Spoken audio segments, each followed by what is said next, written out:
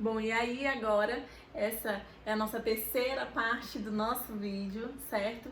Então a gente vai continuar falando sobre as nossas atribuições emergentes enquanto psicólogos escolares, ok? E aí, dentro disso, a gente também pode participar no processo de seleção dos membros que vão fazer parte da equipe daquela escola. Bom, se eu entendo o funcionamento da escola, se eu entendo o que a escola espera do profissional, espera do seu aluno que está formando, se eu entendo como a escola funciona e até mesmo do que ela precisa para um melhor funcionamento, porque aí eu posso contribuir muito para isso enquanto psicólogo escolar, tendo um olhar diferenciado com relação ao próprio ser humano em si, a gente pode ajudar nessa seleção dos membros que vão fazer parte dessa equipe, a partir disso que eu tô falando para vocês, que a escola realmente precisa, ou da visão que a escola possui de profissional, de ser humano, de indivíduo. Contribuição para a coesão da equipe de direção pedagógica e para a sua formação técnica. Então a gente ajuda a gestão, né, naquilo que diz respeito a essa parte de equipe, de colaborar com essa coesão. A gente sabe que uma equipe coesa dentro de uma escola contribui demais para que essa escola funcione bem, para que todos os agentes envolvidos se sintam motivados para continuar trabalhando, se sintam motivados para continuar participando de todo o processo. Então, não apenas da equipe de direção, mas sim de toda a equipe de profissionais. A gente pode fazer reuniões, a gente pode fazer dinâmicas, a gente pode fazer palestras, a gente pode fazer projetos voltados para contribuir para a coesão dessa equipe, para a motivação dessa equipe, para entender o que essa equipe está precisando, tanto no que diz respeito de formação, quanto no que diz respeito ao próprio arcabouço emocional, não apenas teórico, mas emocional, diante do que, por exemplo, o país está passando, diante daquela cultura, certo? Coordenação de disciplinas e oficinas direcionadas ao desenvolvimento integral do aluno. A gente pode orientar os professores com relação às disciplinas, a como trazer mais dinamicidade, a como trazer mais integralidade, né? Então a gente está passando, inclusive, nesse processo no ensino superior, né, das metodologias ativas, enfim. E às vezes as demandas são muito novas, então a gente precisa se atualizar e precisa ajudar o profissional também a se atualizar, certo? E até essa ideia de que a educação, ela perpassa pelo processo de desenvolvimento que é integral do aluno. Eu não posso separar a parte acadêmica do resto, do que é aquele ser humano, né? É lógico que a função primordial da escola acaba sendo essa área acadêmica, mas não pode ficar só nisso, né? É um desenvolvimento integral do indivíduo, é uma criança, é um adolescente que está ali, que é um indivíduo como um todo, que tem, que tem suas habilidades acadêmicas, que tem habilidades com relação àquela aprendizagem, mas que tem outros tipos de habilidades, que tem outros tipos de aprendizagens, que tem mais facilidade nisso ou naquilo, que é um indivíduo que tem o seu desenvolvimento cognitivo, tem seu desenvolvimento físico e tem seu desenvolvimento psicossocial. Nós não podemos separar, por exemplo, o lado emocional e achar que o fator emocional, por exemplo, não interfere na aprendizagem, né? A gente, ao mesmo tempo, vice-versa, né? Não podemos achar que a aprendizagem não interfere no aspecto emocional, nas interações, ou que as interações não afetam na aprendizagem. Tudo está interligado. E se eu não vejo o indivíduo como um todo, eu corro um grande risco de, às vezes, rotular aquela criança, aquele adolescente. Eu corro um grande risco de não perceber as potencialidades dele. Eu corro um grande risco de ter um fracasso escolar, de ter evasão escolar. Então a gente tem que tomar cuidado com tudo isso. E nós, psicólogos escolares, ajudamos nesse processo. Contribuir para a caracterização da população estudantil, objetivando subsidiar o ensino personalizado. Então, qual é o perfil daqueles estudantes? Né? Qual é o perfil cultural dos estudantes daquela escola? Né? Qual é a demanda que eles trazem?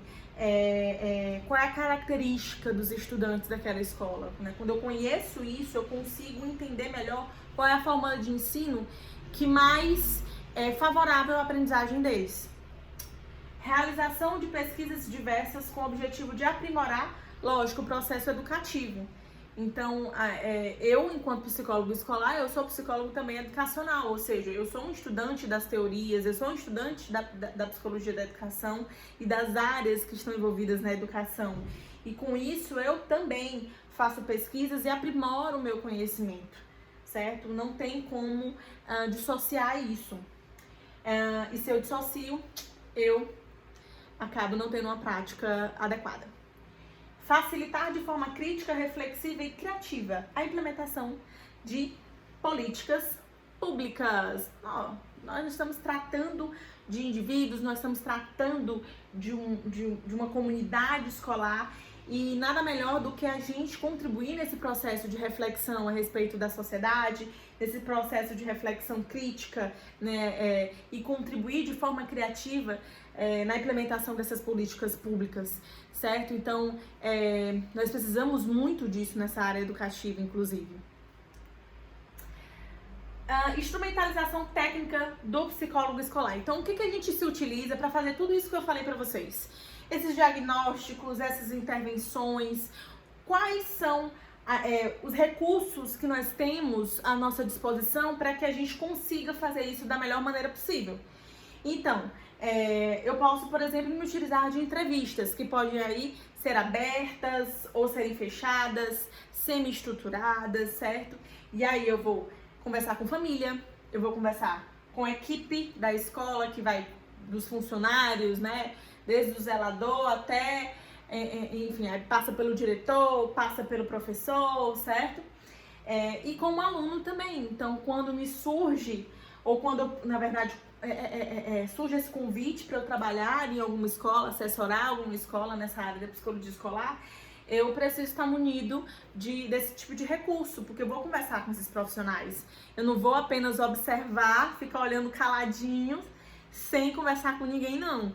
Eu posso até fazer isso em algum momento, mas eu preciso conversar com toda a comunidade escolar, com todas as pessoas que estão envolvidas nesse processo. E aí, falando de observação, a gente tem, né, essa observação mais sistemática, uma observação mais livre, uma observação que inclui aí eu realmente ficar, né, só apenas observando, caladinho, né, sem algo muito sistemático, sem algo muito padronizado. E tem a observação sistemática, que é quando de fato eu já tenho uma demanda, que eu sei que tipo de observação eu preciso fazer, observação mais focal, eu tenho uma observação que é mais sistematizada, que ela é mais metódica, ela tem toda a metodologia para acontecer. Então a observação a sistemática, ela acaba acontecendo quando eu realmente estou a fim de conhecer a escola, de conhecer como funciona, de conhecer todos os agentes que estão envolvidos, né? E aí, quando me chega uma demanda específica, posteriormente, eu vou ter essa observação mais focal, né? Eu preciso observar na sala de aula, eu preciso observar no recreio aqui, eu preciso observar na sala dos professores para ver como é que aquele indivíduo se comporta, como é que ele interage, por exemplo. E aí, além de me utilizar de observação, de entrevistas, eu vou me utilizar também de estudo de caso, né? Que pode ser o estudo de caso, por exemplo, individualizado, certo?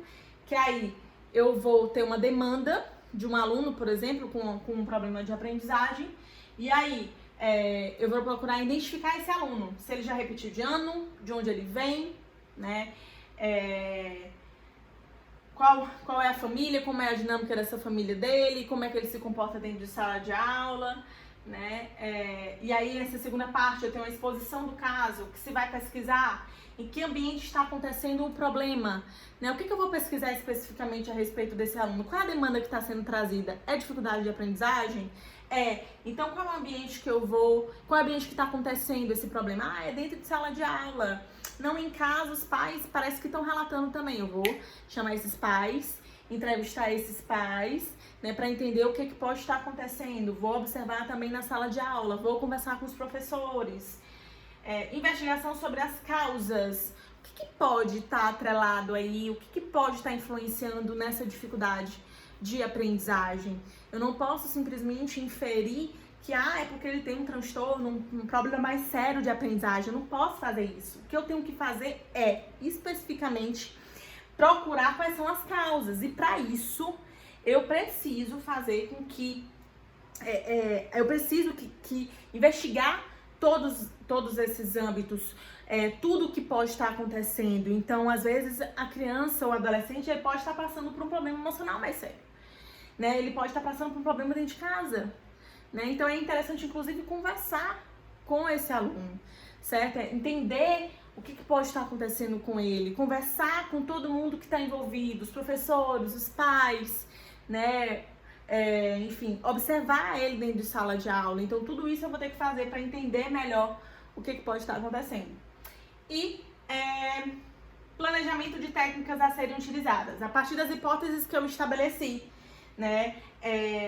O que eu vou fazer para conseguir realmente entender o que pode estar acontecendo, né? Conseguir realmente extrair desse diagnóstico, certo? Certeiro.